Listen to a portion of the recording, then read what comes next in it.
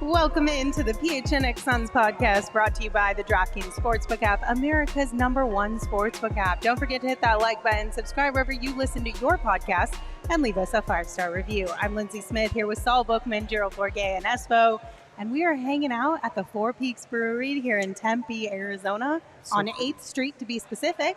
And it's been a great time so far. How are you guys enjoying it? Fantastic. The beverages are flowing. The tortillas are slapping. Let's go. Hey, anytime you can hang out in a 150-year-old haunted building, you got to say yes, right? Sign me up. I'm in.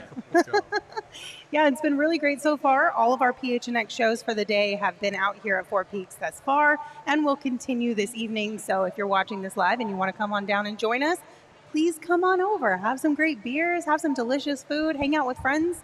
It's a good time for everyone. Drink specials, the whole 9 yards, baby. Let's go. Yeah, just a reminder, though, you do have to be 21 or older in order to enjoy the beer, but you can still come down to the brewery and have some good food and hang out either way. But we want you to enjoy responsibly. All right, gentlemen. It's that time of year. There's rumors galore every single day, every single hour, it feels like. And there's a couple more that came out today regarding Deandre Ayton and Jay Crowder. But I think we should talk about DA first, because these have been kind of, I don't know, something about it seems off to me personally, but let's talk about it. The first thing we'll mention is the Jake Fischer comment here. So he said, with Phoenix, there's far less belief the Suns will ultimately match whatever offer Ayton can draw. The relationships between him and Phoenix's other primary actors, most notably head coach Monty Williams and point guard Chris Paul, seem untenable for an Ayton return. But there aren't many looming possibilities for him to find the max contract he is set to desire. I will say we have just broken the record for most words on a single graphic of all time. They all mattered, though, Saul. Every single one of them. So many words. Look, I don't think I have ever seen a free agent situation where we've seen so many conflicting reports, vastly conflicting, where one day it's the Suns are prepared to do whatever it takes to keep Deandre Ayton, and then the next day it's, him and Monty Williams aren't getting along now. It's untenable. We can't, within 24 hours of each other, we've seen both. And usually you can tell where a rumor's coming from. Is it coming from the agent? Is it coming from, the team? Is it coming from rival executives trying to lower a price? I can't tell here, because nobody seems to benefit the way this is going right now. Honestly, at the end of the day, the Suns are going to benefit. They really will, because you're hoping. Listen, I'm starting to believe that there is not a team out there that's going to offer him the max.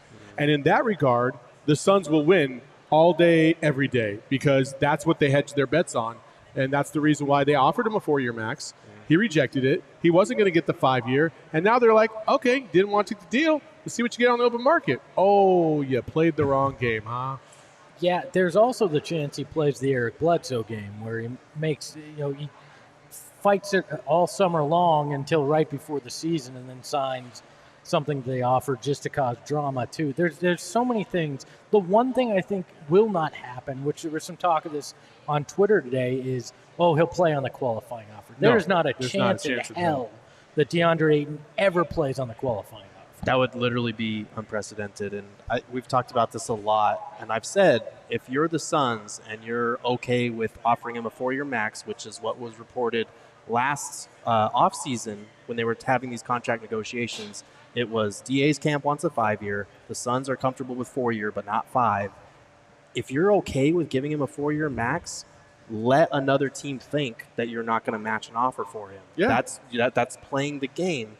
It could also be that they do believe that they can get his production elsewhere and that he's not worth the max at any level, any number of years. But I have a hard time believing that they would just let him walk for nothing and not match an offer. There are very few NBA centers that can do what Deandre Ayton does. And again, like everybody looks at the number 16 and 11. Well, that's replaceable.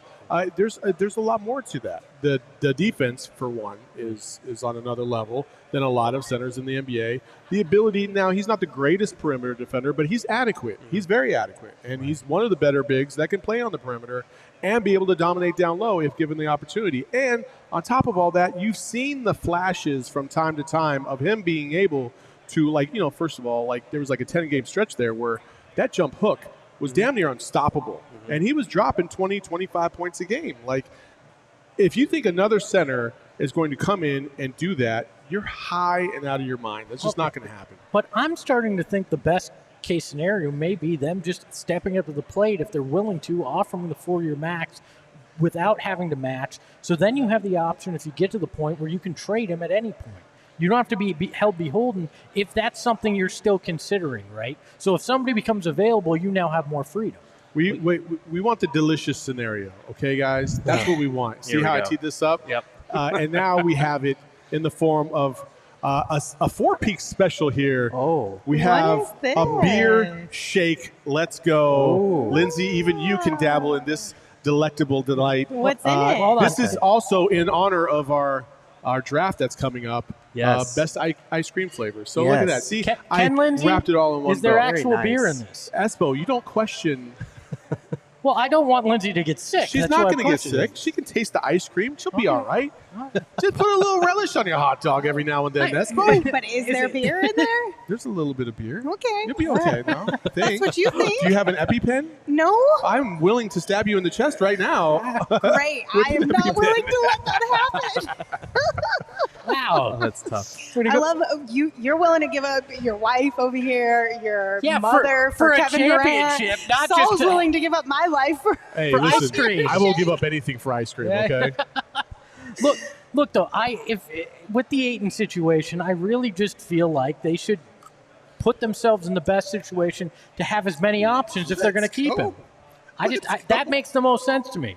Because if there's even the inkling that a superstar may become available or you want to deal him at some point, I just give him the 4-year max up front rather than playing this footsie game and then having to match somebody. Right. It doesn't make any sense to me to do that if you're either committed to wanting him here or you want to use him as trade bait later on. But listen, you're trying to improve your team, and this is one way that you're going to improve your team. Like you're playing this game, and listen, it's a business. Everybody understands that this is a game that's going to be played.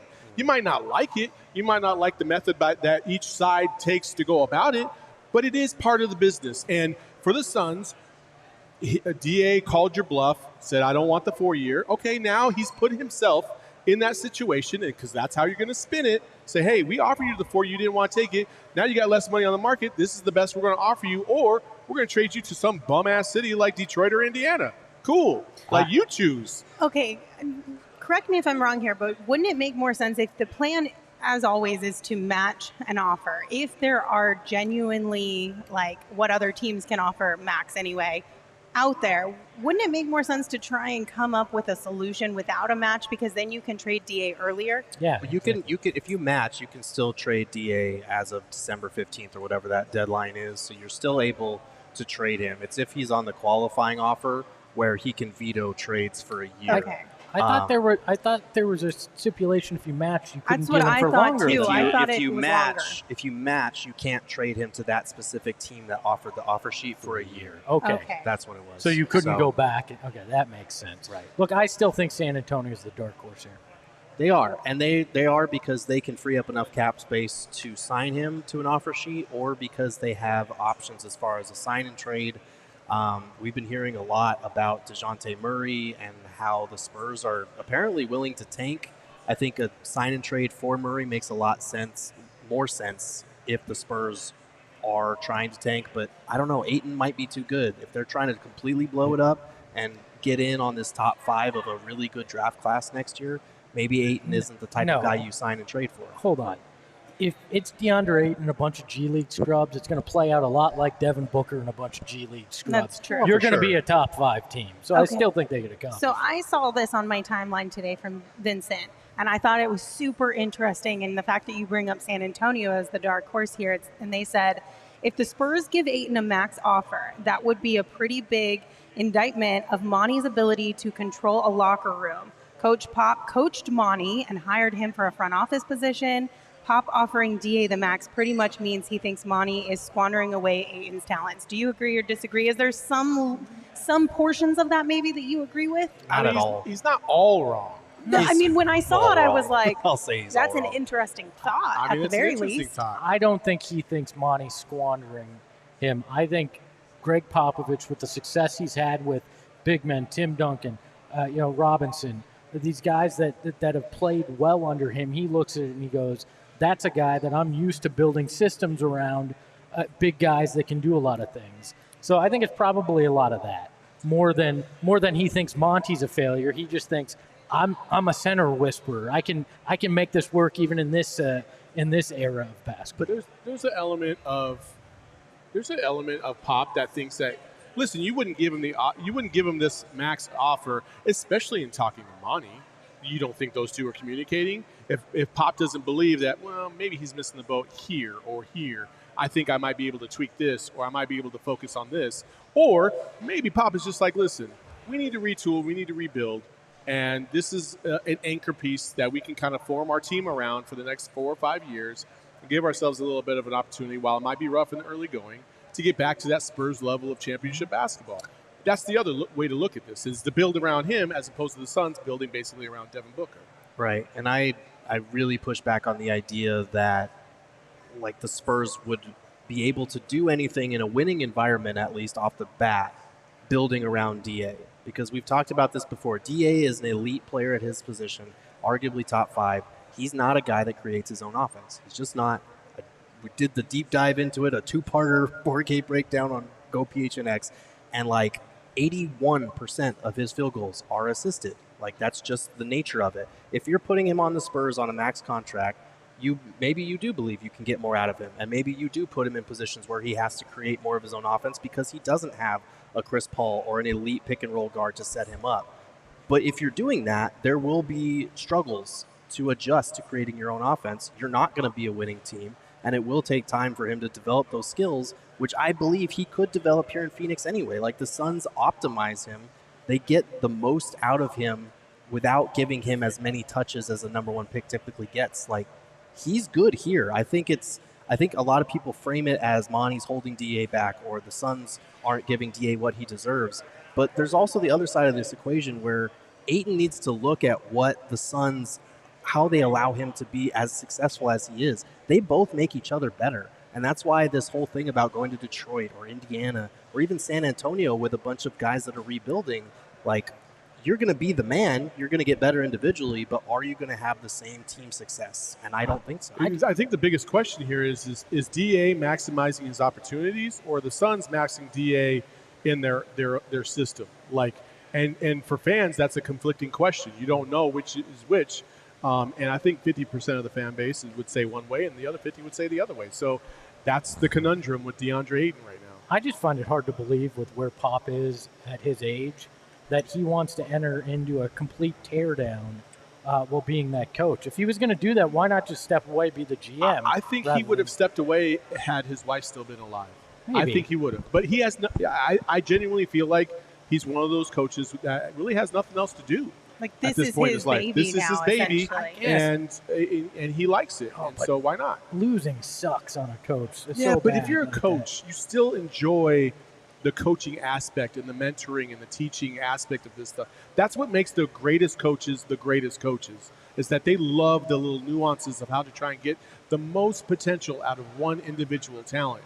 And so I genuinely don't feel like, now that Pop has won 5 championships, I really don't think he even cares about championships. I think he's more about the process than he is anything else, kind of like John Wooden was. I mean that's fair. And when you look at it, I mean, maybe that's why he wants to potentially take on a guy like a Deandre Ayton, because it could be his greatest project that he does, his final chapter of I turned this guy into an elite level center, like some believe he can be. I mean, maybe that's part of if he is intrigued in bringing in DA. That's why, not because he thinks Monty is some kind of schmuck, but because he thinks it could be another thing in his legacy that he does.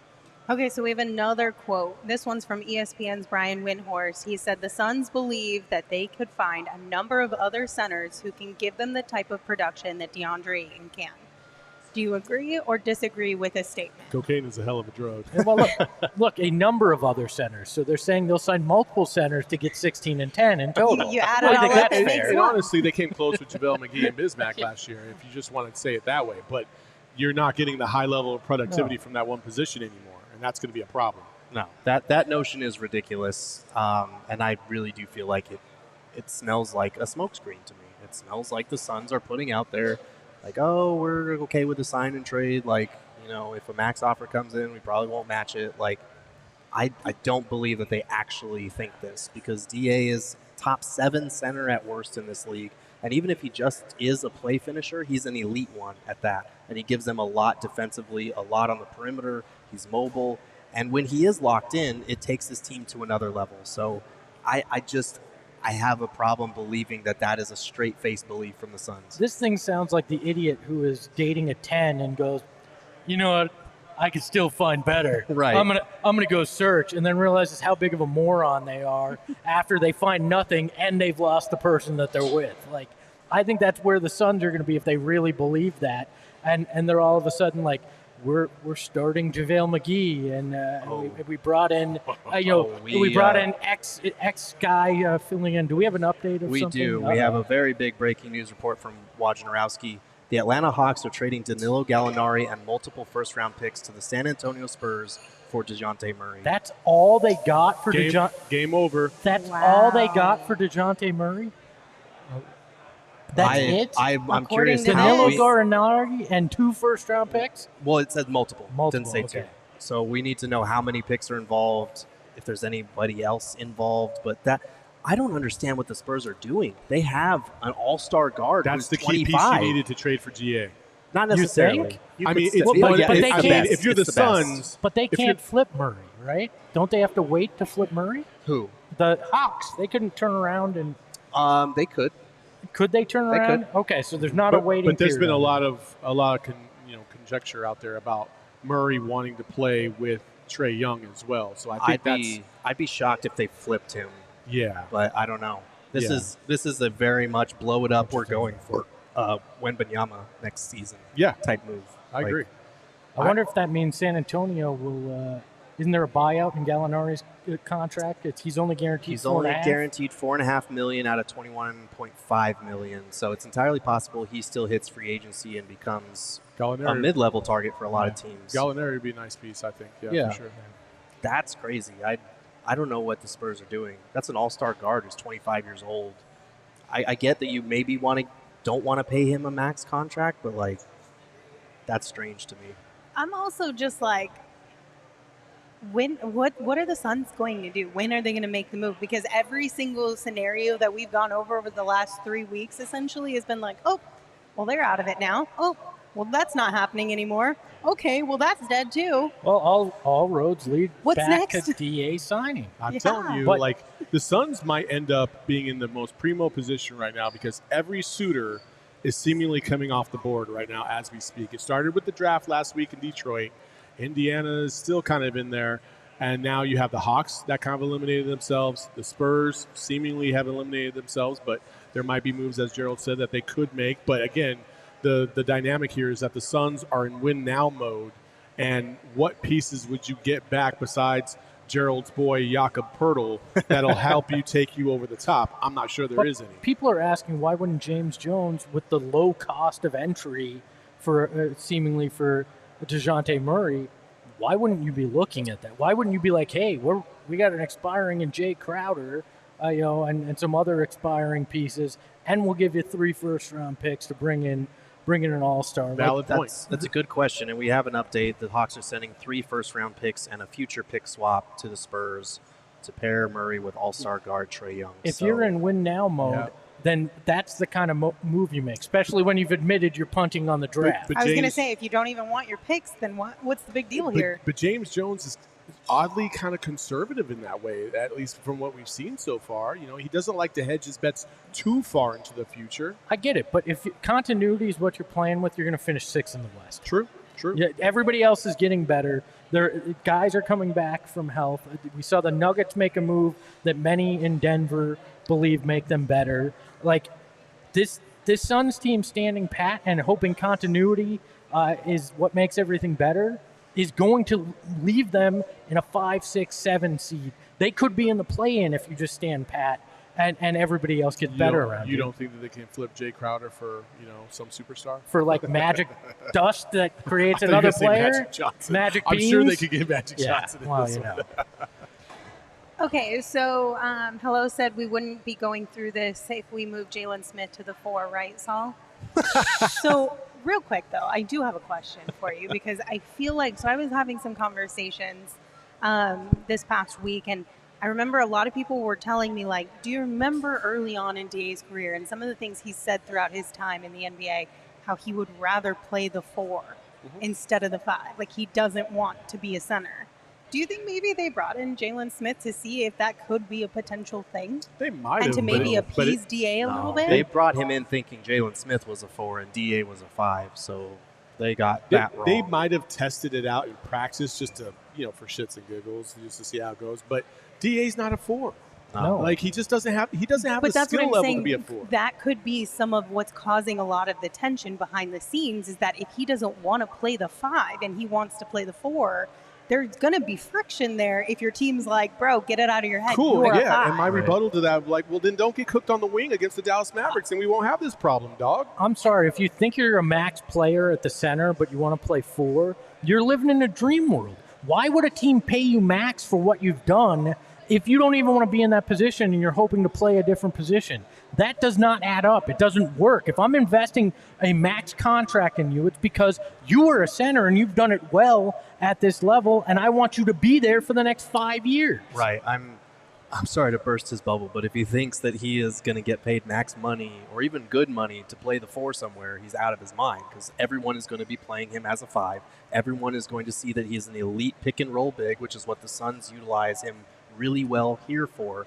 Like, if you're going somewhere else to get max money, you're not going to get to play the 4, and you're going to be doing a lot of the same things that you don't like doing here in Phoenix. So at some point, it's about looking yourself in the mirror and being like, okay, this is what I'm best at. This is what I'm good at. This is what I need to do to have success at this level. Additionally, I can't agree with remember. you guys. Additionally, I can't remember the last 4 that was just a post-only 4.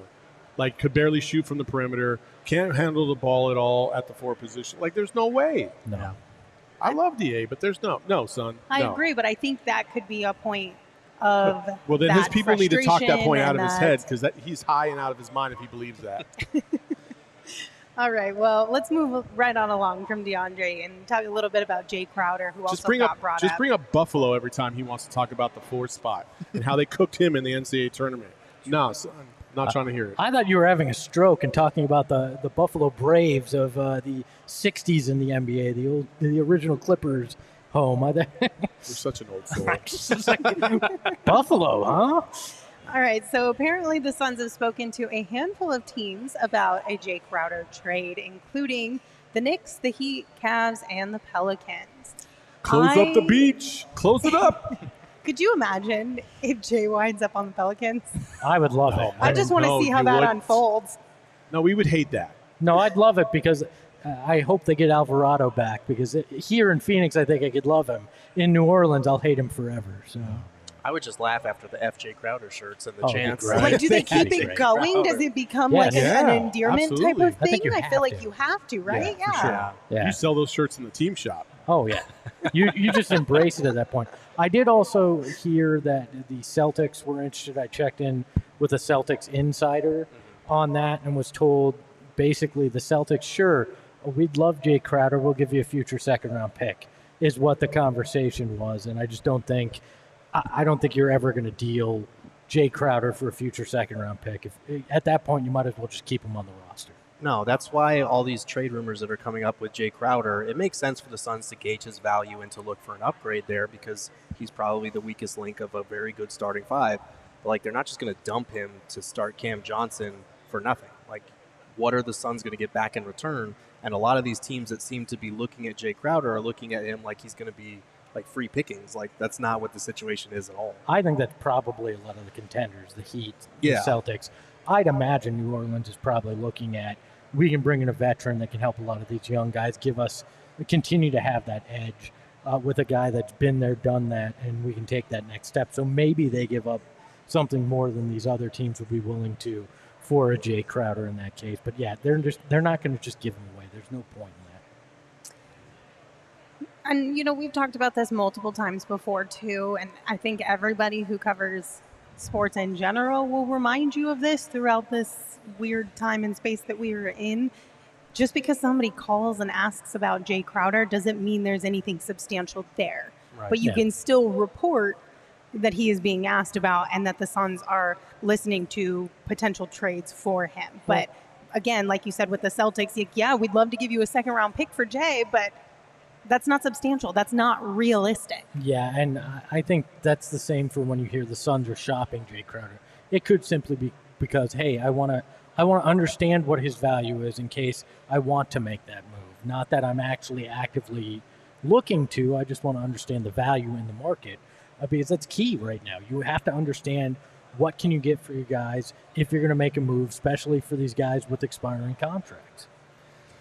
Well, at the end of the day, all we can do is hope that the Suns come out on top this offseason and figure out a good move. There is still a lot of offseason left, and I think people need to bear that in mind because maybe he has a bigger move plan. But if he doesn't, the DeJounte Murray thing feels like something they should have been in on. The more and more Gerald sits here, the more and more he's like, oh my gosh, what are they doing? I'm still baffled. Does anybody else feel like we're at the trade deadline again and we're like, there's a move you have to make and then nothing's going to be done? 100%. And you go, well, okay, now I'm going to sell myself on this because this is what we've got. I mean, we literally may be looking at fringe moves. Honestly, it feels like come next week, we're going to be like, yeah, no, this move, we're going to talk ourselves into this guy and how this will help us get over this hump, and it's going to be great, and we're just going to be out here trying to convince ourselves that we are in a better spot when realistically it may be a decently good move, but it's not a blockbuster move that's going to propel us to the top. They're going to sell us on the fact that this is a 64-win team from a year ago. They broke the franchise record. We really believe in our core here. We want to add a few pieces, and we really believe in this team, like blah, blah, blah, blah, blah. But we all know that nobody and no team ever stays the same. And, like, if you think that this team's going to be a 64-win team as they sit right now, you're wrong because the competition in the West alone is going to get significantly better. So you got to make moves. You got to make moves to stay ahead in this. Shane, can I get the two-shot here? Oh, boy. Here we go. I had to look right at James Jones here, and I got to say to you, your legacy is on the line. The next week, 2 weeks will define what you are here in Phoenix. The last 2 seasons have been great. They've been surprises. But guess what? You're on the radar now. Suns fans want a championship, and standing pat or nibbling around the edges isn't going to get it done. You don't have to get a superstar, but you have to make moves that ensure that the collapse we saw in the second round does not happen again. You will have your legacy completely tarnished if you take a backslide and lose in the second or first round. It's time to do something. You're on the clock in 23 and a half hours.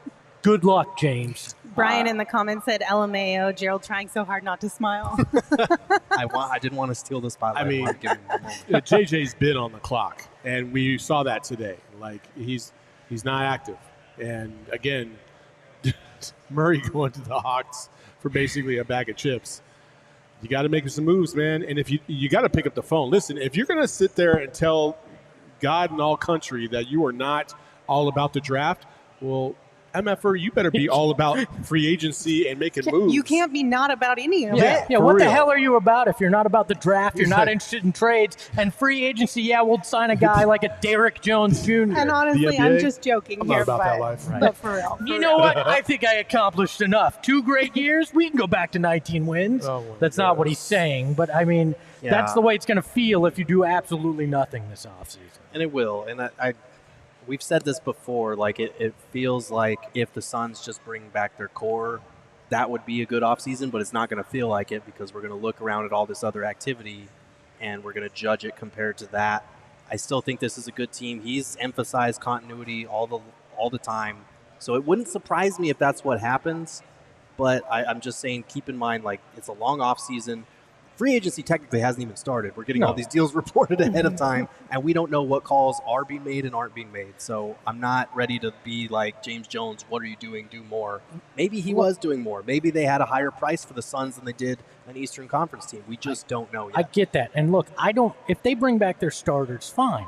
But that bench is an utter mess right now. Right, they need to tweak for sure. You need to make substantial moves to bolster things on that back end. Otherwise, you're going to wind up in the same spot. And I get continuity in the starting lineup and all that. And I don't know that you necessarily have to change your starting lineup. But if that bench comes back anywhere resembling what it was last year, I'm going to throw up. I agree, but that's not the continuity part I'm talking about. I know. That's talking about DA, Cam Johnson, those guys locking in Devin Booker with a supermax. Like, they still definitely need to tweak the bench. They need to find a secondary ball handler, shot creator behind Chris Paul. We've talked about all these things, but like, free agency technically hasn't even started. It's not worth spinning our wheels over yet. My favorite comment in the chat right now is by Gilbert Arbayo. Is Ryan McDonough rubbing his hands like Birdman right now? For those of you who don't know. We also have a super chat from Icon. Icon, thank you for the super chat. They said, JJ's like me at the gym, not doing shit. And still sweating a lot because of it. Yeah. Oh, that's fantastic. Well, like I said, all we can do is hope that the Suns come out on top this offseason. James Jones can pull off something really great that moves this team towards the top of the list. But in the meantime, you can come out on top with the DraftKings Sportsbook app this weekend for UFC 276. They're an official sports betting partner of UFC, and right now, if you download the DraftKings Sportsbook app and use promo code PHNX and bet $5 on any UFC 276 fighter to win, you're going to get $100 in free bets no matter what. You know what they can use that money for? What? To place some money on the NHL draft that's about to happen next Thursday for the Coyotes, because there are DraftKings odds on who will be selected number one. And we had an interview today on PHNX Coyotes, if you didn't see it, with Bob McKenzie, who's a huge draft expert, talking about the first pick that everybody expects to go number one might not go number one at all. So I would jump on those odds. Is that going to be your now. official DraftKings pick of the week this week? It absolutely is. To not go with the consensus? Don't go with the consensus number one. I Okay. keep forgetting his name because I'm not, But that's what we have PHNX Coyotes for, and also what we have PHNX What's Bets his name, for. Leah? What's the number one expected overall pick? Shane Wright. That's There you right. go. He Shane might not be wrong there. and Saul's And if he mine. drops to number 3, that's a huge, huge win for the Coyotes too. Okay. So yeah. So then that's exactly what you got to do then this weekend. So you download the DraftKings Sportsbook app right now. You use promo code PHNX, and then you place a bet on any fighter for UFC 276 that's happening this Saturday at DraftKings Sportsbook. You get $100 in free bets. You drop it on the NHL draft. You get a whole bunch of more money, and then you can do whatever you want with it. Take your wife out to dinner, put it back into the app, win some more money. Either way, just a reminder though, minimum age and eligibility restrictions apply. See show notes for details. Do you think UFC ever regretted that they just started with the number thing? Like, where there's no like name to the event or anything. It's just like 276. It's like you're waiting at the DMV. People are just calling out numbers. No, UFC 276. Because they say UFC 276, but then they say who the main event is every single time. So I get it. I wouldn't envy the person who'd have to come up with 276 individual titles to entice people to watch if they weren't going by numbers, though. I mean, That'd be brutal. we do 207. We've done. I think we have literally done today like 274 individual titles for every single episode of PHNX. Yeah, But we got more to talk about. Yeah, We got other Gerald. stuff to talk about. There's Same always fighters. stories. You're the same fighter. What do you think? All UFC fights feature the same 4 guys? Like, Kind of, yeah. All right, guys. It would Here become goes difficult, Williams versus though. Smith again. If you have a rematch, though, it would become difficult if it was just the top No, they fighters. say UFC 276, Williams versus Smith, part 3. Right, but that's what I'm saying. If you don't have the number or the part 3, and it's just the title as the name of the of the main fight, then it's going to be. Of course, you could say confusing. part 3, or you could name it like the Thrilla in Manila, like they did in boxing. Like, where is guy. what? They stopped doing that like in 1976, Well, bro. that's when boxing stopped Back being when I was a popular. kid. So, Oh, that's tough. When's the last like? We had to walk up the hill both ways, to and from school. He lived in Arizona, so I guarantee you that did not happen. I had to walk flat ground in the heat both No. ways. It was hard walking to Seton Catholic. Jesus. Oh no. Don't you besmirch my alma no pun mater. intended. My bad. Oh no. All right, let's talk a little bit more about free agency and kind of what to expect. Gerald, do you want to kind of break this one down for us to get us started as far as like rules, Sure. regulations, 'Cause where the it's- sun sits? Since we're on the eve of free agency and deals are already happening, we should go over the rules one last time. First of all, restricted free agency. The Suns can match any offer that's made on a restricted free agent if they tender him the qualifying offer, which they already did to Deandre Ayton. So another team can offer 4 years and $131.1 million as a max deal. The Suns can match that, and they would have 48 hours to do so after he signs the offer sheet. In that time, the other team that makes the offer would be held in limbo, basically, and that money would be counted against their cap sheet. So that's a nice way to trap a team if you are planning to match.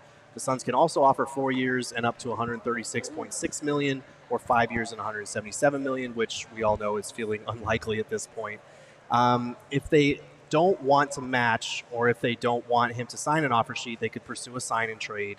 And in that case, if they match an offer for him, they wouldn't be able to trade him until December 15th or whenever that deadline is. If DA takes his $16.4 million qualifying offer, it'd literally be unprecedented for a number 1 pick, and he'll become an unrestricted free agent next season, but he would have the ability to veto any trade that the Suns try to work out for him within a 1-year period. So that's just the basics on restricted free agency, since that's going to be coming up a lot over the coming days. So what I heard is they're going to sign DA and then sign TJ Warren. Oh, God. Is Who are you- is is that what you right? heard? Where you're in that from? No. okay. What's going to happen is they're going to sign DA and then they're going to sign PJ Tucker.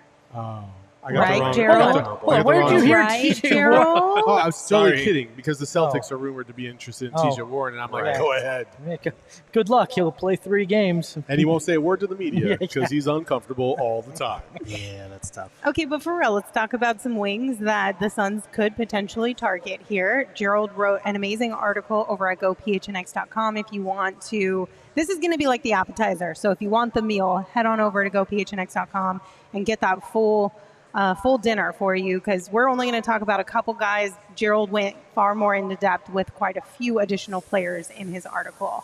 But let's talk about PJ Tucker first. Would love a nice little reunion, although I'm a little unsure about the reality of this reunion. It's not feeling likely because Keith Pompey of the Philadelphia Inquirer reported, I think yesterday, that they're looking at adding him, the Sixers are, for a 3-year, $33 million deal, which would be way out of the Suns' price range. The Heat are willing to go 3 years, $27 million. But there is a reality where, like, they need James Harden to decline his offer, which he did, to give them cap space, but they still need to free up the cap room to sign him and have that ability to land him. So I would love to have Tucker back, but he is also 37. It doesn't feel likely. And I don't, like, he opted out of $7.4 million with his player option with the Heat. So it feels unlikely he'd take $1 million less as his starting salary to rejoin the Suns. Yeah, what is the max? 3 and 20, basically? What do you think? Yeah, it's 3 years, 20 is the max on the tax pyramid level. He's not doing that. There's no way. I also have concerns about the whole, obviously this was kind of like a joke and sort of maybe a joke anyway. Yeah. But when the rumors came out that PJ Tucker gave Jared Dudley, Yes. the blueprint for how to take down the Suns, I'm like, okay, well, we've talked about how much PJ loves Devin.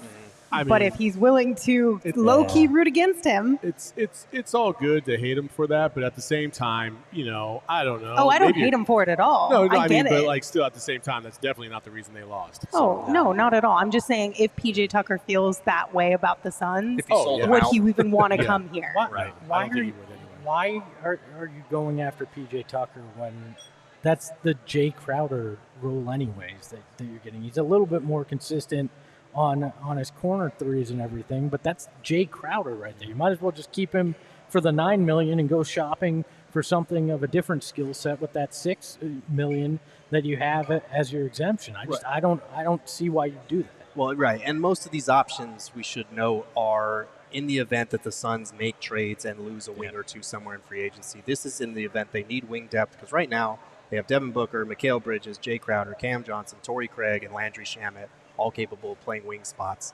So this is just more of a thought exercise, being thorough, that type of thing. All right. Well, let's talk a little bit about Gary Harris. Now, Gary made $20 million with the Orlando Magic last year, so this would be quite the reduction in salary. And then also it's worth noting as well that within this article that Gerald wrote, there's a couple pie in the sky. Like if the cards fall in our favor, this would be a great option. But then there are also more like, hey, these might be actually really realistic players to target as well. So I think Gary Harris is a little bit higher on the pie in the sky. What if we just lump them all together? Gary Harris, Kyle Anderson, Daniel House, and Amir Coffey. Which one of those ones, in your eyes, is probably the most likely that the Suns will go after, if there is one?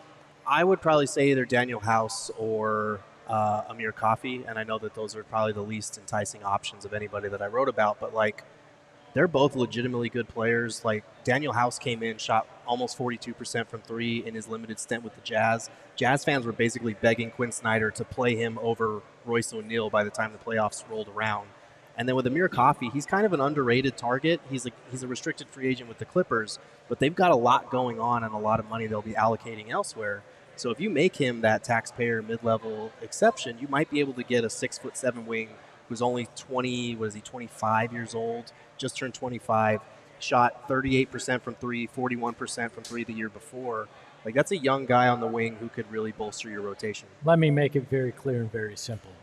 These wings are like Applebee's wings. I want nothing to do with them. All right, that's it. Shout out to Cheers and Cecile.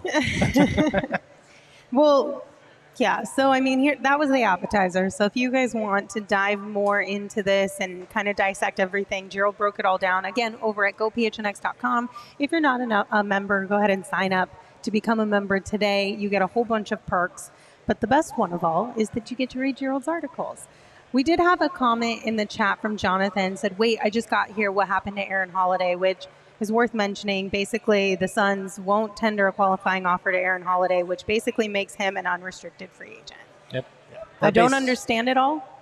It was expected. I get that. I don't understand the whole situation. Right. In totality, it makes zero sense in my head. Yep. Well, yeah. Bye, Aaron. Basically that's what it amounts to. We kind of knew this was coming based on his playoff usage, based on Monty's refusal to play him. They weren't high on him, and $5.8 million to keep him as a restricted free agent, or to have the possibility to keep him as a restricted free agent. That was just too much for them, I guess. This might be one of the darkest days in Suns history. What? I mean, Aaron Holiday. First of all, I don't know if any other player has ever been done so wrong by a franchise in the history of the NBA. He's a third-string Aaron point guard. Holiday should have been the backup point guard in the playoffs. He should have started for the Suns in Game 7. Like, I don't understand what this franchise is doing. I might have to look for a new team now. You would have started him in Game 7 over Chris right, Paul. Gerald. That's right, He's Gerald. a third-string point guard, I would have guys. started him in Let's Games calm 3 down. through 7. Watch your mouth, Hold on. Gerald. What was in your milkshake and why didn't I get it? You haven't even tasted yours, I'm not. I was Espo. saving You it for don't the even draft. know if you have the same thing as I do. I don't know. I would never say that was the darkest day in Suns history, and they did him dirty like They nobody did. else. They I feel absolutely like Game 7 was pretty close. But, hoodwinked, bamboozled, run amok. My guy, Aaron Holiday. Aaron, I hope wherever you go, you enjoy the fruits of your labor, because you deserve it, my guy. You got done dirty here in the Valley, and I don't appreciate anybody in that franchise for how they did to you. Hey, anytime you can keep Cam Payne over a guy like Aaron Holiday who has room to grow, you got to choose that, you know? Look, they did him dirty. They should have explored what they had in him, but, like, we need to calm down. He's a third string. No, you know what? He's a third-string point We guard, don't need guys. to calm down, Gerald. I think you need to get on our level. I'm Oh, good. there you go. Okay. We're going to speed draft. Are we going to Yes, do some we're gonna have to speed speed draft drafting right here? now. Okay, Let's but go. real quick, I do want to tell you guys about our friends over at OG's. They launched their first ever limited edition seasonal flavor, Pina Colada, a perfect pineapple and creamy coconut blend. And if you want to check them out or try out their amazing Scratch Made THC gummies. You can go online at ogsbrands.com, or you can go on Instagram at ogsbrands. You can also find their products at your local dispensary, but you must be 21 years or older to purchase. Are we doing this for we're going to speed round this? Let's do it. speed round it. Let's do it. Okay, well. Write down your picks. Let's go. Shoot. We're going to do a snake draft real quick of ice cream. Gerald picked the topic because he won our last snake draft. That was Pixar movies. Dominated it, Lindsay. Oh, Dominated. excuse me. He wiped the floor with everybody. Apologies. Gerald dominated There our we last go. snake draft. Dominating.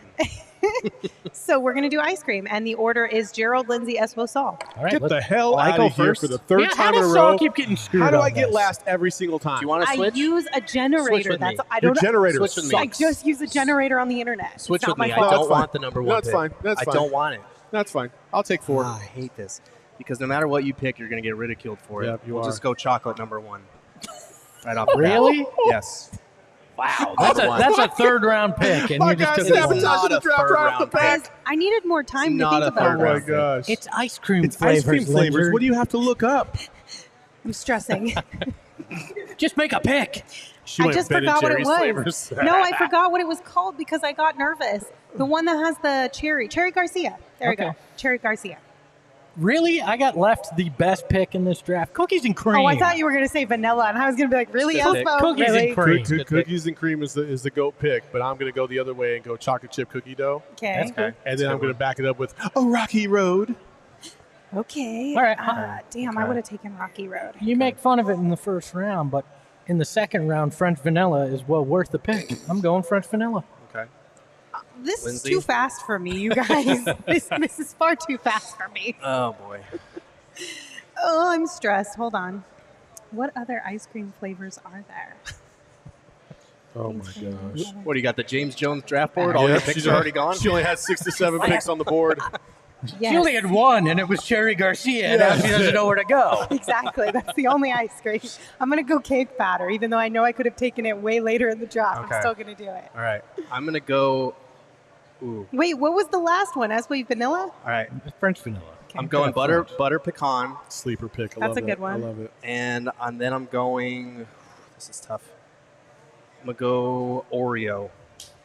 You can't. No. That's cookies and Oreo is cream. cookies and cream. Oreo's cookies I'm and cream. throwing the This is flag all- on that. A million Yes, it percent, is. yes. I think so. Yeah. I don't think so at all. I think Shane? I think so. Is Oreos the same as cookies and cream? Yes. Thank Sorry, 100%, Gerald. yeah. You're out. Get out of here, board game. Y'all are peasants in the grocery store aisle. Let me tell you that. If you think cookies and cream Whoa, and Oreo whoa. are the same Hey, thing. listen, easy when you throw Peasants. away. Those Cookies and classic cream and a words. vanilla ice cream. I mean, that's what it is. It's Yes. Oreo. All right. He got We're French gonna vanilla. go. I'm going to just take vanilla. We're gonna wait. I'm gonna go salted caramel then. Okay, that's fair. Caramello. Salted caramel. I spelled that wrong. All right. Damn, y'all, this is. I don't like this game. I don't like that when Gerald picks the draft picks because he picks really difficult ones. You wanted us to do chairs. Okay. I wanted us to do a bracket of chairs. Thank you very much. Wait. And I think it would be amazing content. How are Pixar and ice cream flavors difficult topics? Because ice cream, I only eat like 3 different I'm not flavors of asking it, so you I to don't draft, even know like, what the other ones are. I'm Favorite going to do coffee. politicians. Coffee. Pick a flavor. Pick a flavor. Coffee. Hey, coffee ice cream. Amir coffee. Mint chocolate chip. Ew. Damn it. Gross. All right. I guess I'm going to go Neapolitan. Okay. Can you? That's just taking vanilla, chocolate, and strawberry. Like, can you? God, I have to It's still Does it count? technically It's its Okay. own. It's Still its own technically category. Okay. Shane, We're gonna text count me it. some options. And then I Who got is it back to to? back. Yeah, I you got got back to back. back to Ooh, let me see your list. Ooh, this is a good What? list. Don't right don't here. use my draft board. Oh, okay. All right. Let's see. Well, you know what? I'm going to go with a personal favorite of mine, and nobody's going to like it, but I don't give a shit because I got to hold true to my own stuff. Bubble gum. Oh man. Ew. Bubble gum ice cream He just lost for the draft. the win. He Let's just go. lost himself the draft. Stick the bubble gum in your cheeks and save it for the end of the dessert, baby. Let's go. Man. Oh. Man. Oh. The man is getting booed You're in getting Four Peaks right now. Literally booed by people in the crowd. Literally multiple people. I don't care. booing you. That's tough. God, that's gross. Who's it to now? I think it's Aspo's turn. It's mine. Right? Okay. And I'm debating here. Somebody I'm in the trying chat said avocado. Somebody said, please escort Saul out of the building. He's had enough.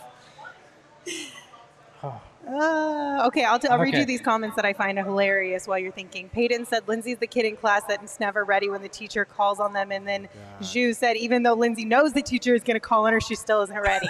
Correct. She You guys wasn't ready. You guys are both absolutely Lindsay correct. had all these flavors to choose, and she chose to be salty. Hurry up, Espo, because I already got let's mine go, figured guys. out. Let's I'm go. finally We ready, gotta wrap it Espo. up. Let's go. God, this is tough. This is fantastic for audio. By the way. Well, yeah. Well, you guys were Let's bickering. go, so Espo. Hey, Let's you go, can't, you Espo. can't Let's turn go. that on me. Why not? You took that was like 6 times you took forever. Yeah, but I'm ready now. Oh, Someone in the that's chat said debatable. Ewok flavored ice cream. I'll take. Furry. I'm gonna take a Jamocha chip. Jamocha chip. chip, all Is right. it- Oh, All I right. forgot one. I left on the board. Okay. I got one. Come on. Is it me now? Yep. No, it's my turn. Calm down, Gerald. I'm going to take Well- half baked. What? Half baked. By Okay. Ben and Jerry's. Ben and Jerry's. Gotcha. I'm gonna go Reese's ice cream, and then strawberry to close out. Strawberry. Nice. Okay. Strawberry's a quality pick at the end. So you said Reese's and strawberry. Does strawberry the same as strawberry cheesecake? Yes. No. No? Strawberry cheesecake is Okay. literally white ice cream Is it the with same? strawberry swirls in it. So Shane says it's not the It's same. not the same. Okay, I just had to check, so I'm going to take strawberry cheesecake. We got one more. Oh crap! Yeah, one more go. I don't remember what I was getting. Now I'm Lindsay. Damn it! Okay, well, let's see. We've still got chocolate chip, butterscotch, moose You know what? tracks. I'm gonna pralines take and fish cream. food ice cream by Ben and Jerry's. Okay. Cool. I'm gonna take traditional chocolate chip. You already took chocolate chip, No, didn't I did you? We not. took cookies and cream, I think. Took Oh, there No, was I took mint it. No, I took chocolate chocolate chip. chip cookie dough. Oh, that's And right. I He took took mint cookies and chocolate. cream. And I took mint chocolate. chip. Okay. Lots of chocolate chips. I'm going to on. lose this draft. You sure are. I feel pretty confident again. I feel pretty good Of outside of course the you bubble do, gum. Gerald. Outside the bubble gum. Saul, you're not going to win The it all. bubblegum one's going to cost you, man. Saul started off really well with his first 2 picks, and then after that, I'm just like, eh. I mean, Neapolitan's a traditional good one. It has vanilla, chocolate, and strawberry. Neapolitan is only good if you're making a banana split or if you have a bunch of picky kids and you have to scoop one side because each of them wants something No. separate. Neapolitan's like when you draft a guy that has no one discernible talent. He's just good overall. They're Like, mid overall, Yeah, they've but got individually they're not. They Yeah, don't really stand yeah, on their own. So exactly. that's why all 3 of you will lose because you guys all That's right. picked individual No, flavors. Oh, so man. suck it. Well, so far we only have one comment in the chat for who they are voting for, and it's for Gerald. So. Gerald always wins because he rigs it. He picks I his rig own it. topics. Wow. Gerald's now Well, rigging Okay. it. win a draft, and then you can pick I the did top. win two weeks ago. Okay, so we have something really special planned for you guys, for all of our audio listeners. This is just going to sound a little bit, Stupid. yeah, you're not going to understand what's going on. So if you want to see the video, highly recommend going over to our YouTube page or our social media channels in order to see it. But for all of our viewers here, we did promise a tortilla challenge. So here is that tortilla challenge.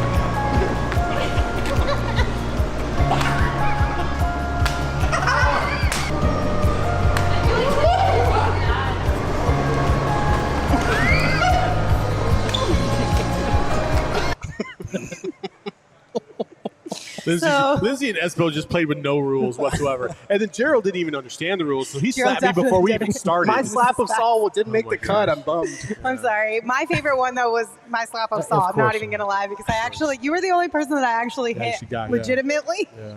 Everything else was a little gentle and kind, but Saul, I let you have it. And then you knocked over a glass and literally broke it. So. I almost shattered myself. Pretty and if you- fantastic. If you catch that clip too, after you shatter the glass, I go to hit Gerald. He turns and I punched him in the shoulder because my hand hit where it was just not good.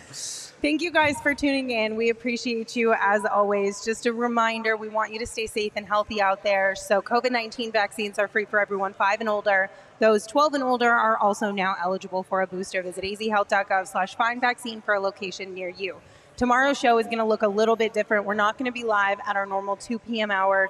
What time did we decide on? We'll 7. be live at 7 unless something major happens, Yes. and then we'll come on live whenever. So essentially, we're going to give a little bit of time for free agency to get started, and we'll see if any moves are made. So plan to come hang out with us, the same place as always, 7 p.m. tomorrow. Until then, you can follow me on Twitter at LindsaySmithAZ. You can follow Saul at Saul_Bookman. You can follow Gerald at Gerald Bourget. And of course, you can follow Espo at Espo. Espo, take us home. Come out here to Four Peaks, enjoy a brew. Ahoy, hoy. Hey yo, my lifestyle is retro. Tell the Phoenix Metro. Megas in control and he ain't never gonna let go. PHNX though, Lindsay, Gerald, Espo. Saw past the ball, we here to turn up the tempo. Got to understand me, I'll always rep the family. Rally in the valley like Dan G, no plan B. Always on the job, my team move like the mob. Turn the beat on, I throw it down like DA on the